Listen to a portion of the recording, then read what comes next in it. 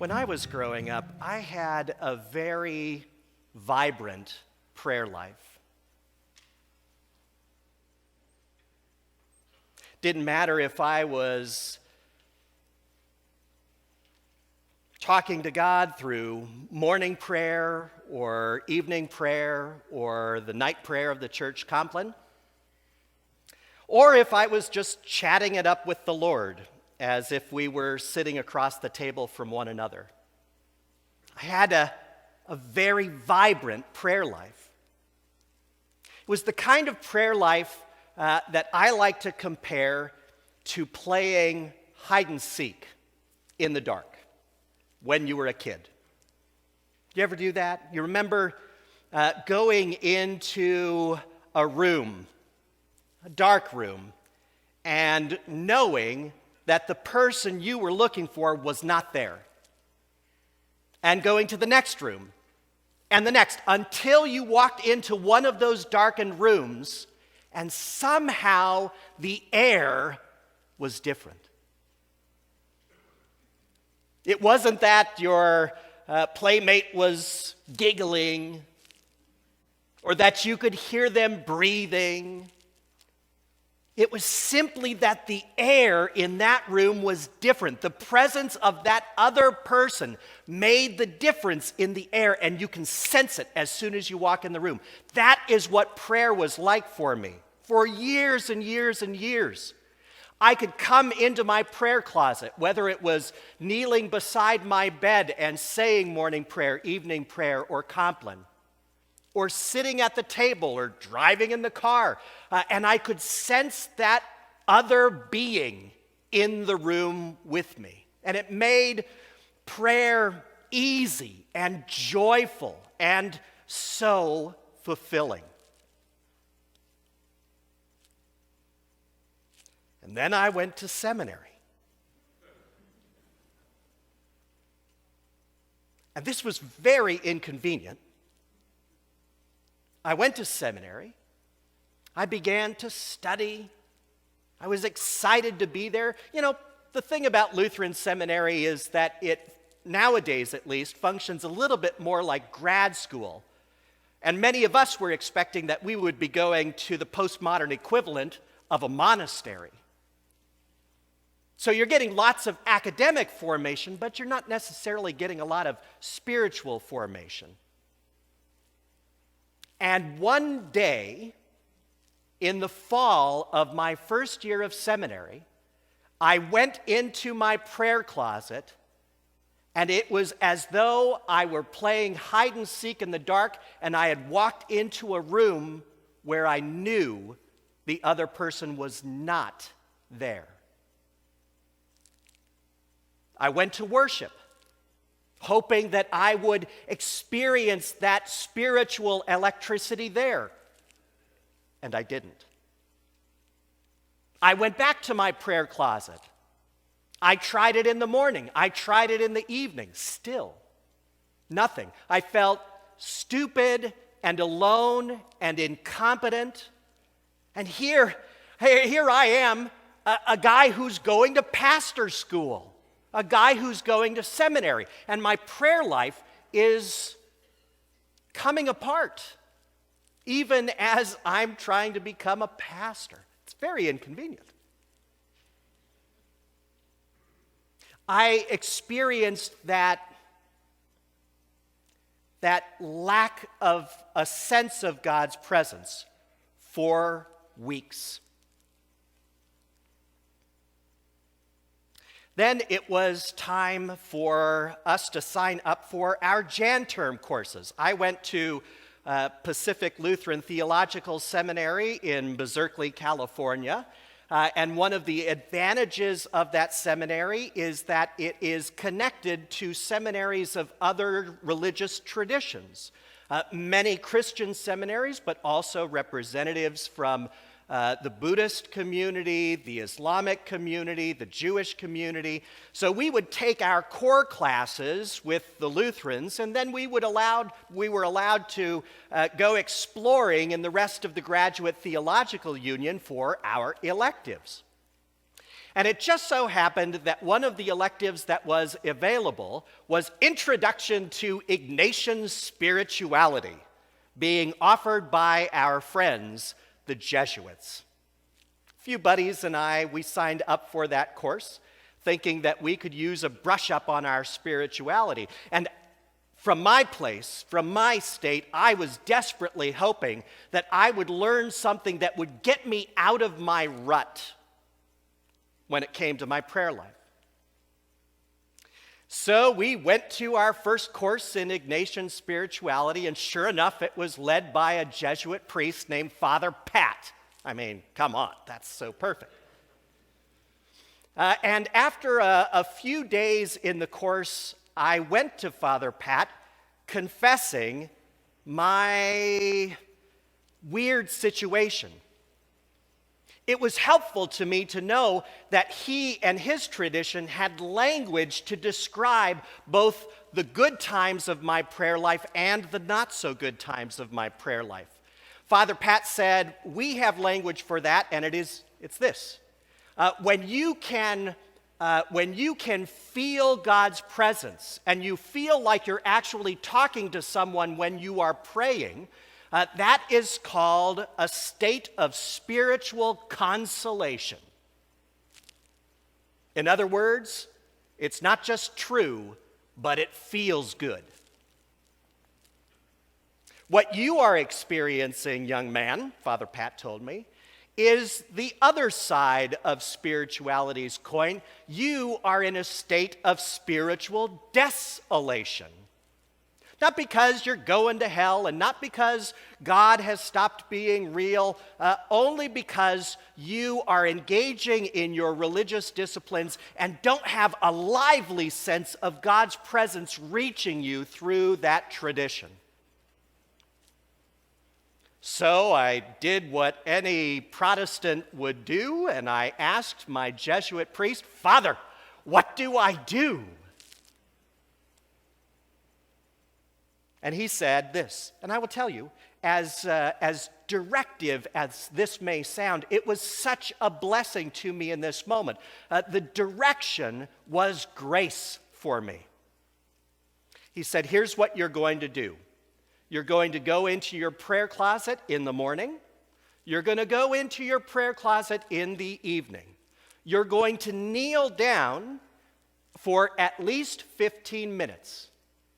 At the beginning of those 15 minutes, you are going to say, "Speak, Lord, and your servant will listen." And then you will say not one more word.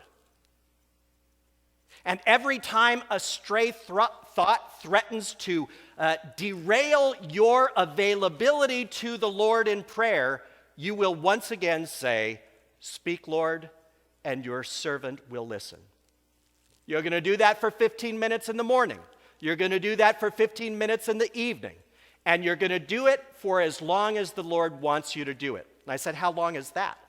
And Father Pat said, I don't know. You got to ask the Lord. When the Lord is ready, the Lord will let you know.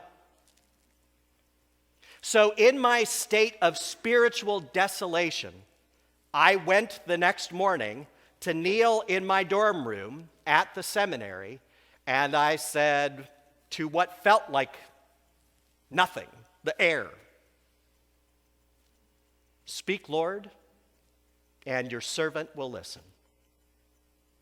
And I probably had to say that about twice a minute for the next 15 minutes because my mind was so out of practice about being quiet, being silent. I've said this before, I had turned God into the equivalent of a teenager on the other side of the fast food calendar, as if God were some sort of holy vending machine, as if God were a genie. If I just rubbed my cross, he would come out and grant me 3 wishes. I had turned God into the servant instead of realizing that I am the servant.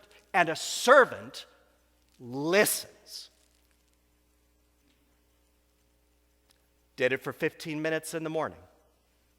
Did it for 15 minutes in the evening. Did both 15 minutes in the morning and 15 minutes in the evening for 2 days, 2 weeks, maybe. I don't think it was quite 2 months. And then, I think it was an evening, in the darkness of that dorm room, my sense of the Lord's presence came back. It's not that the Lord had been absent, it's just my sense of the Lord's presence came back.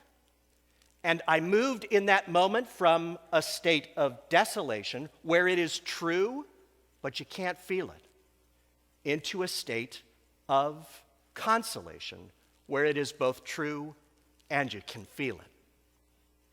You know what the Lord said to me?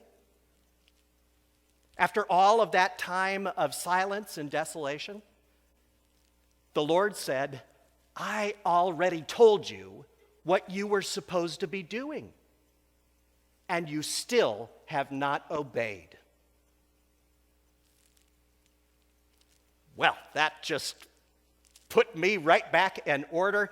And when I did what God had already told me I was supposed to be doing, in retrospect, I look back on that and my obedience to God's guidance, and I realize that by saying yes to what God had already told me to do and that I had been delaying my obedience on, by saying yes, that set me on a course that led me to southern Mexico and to my wife.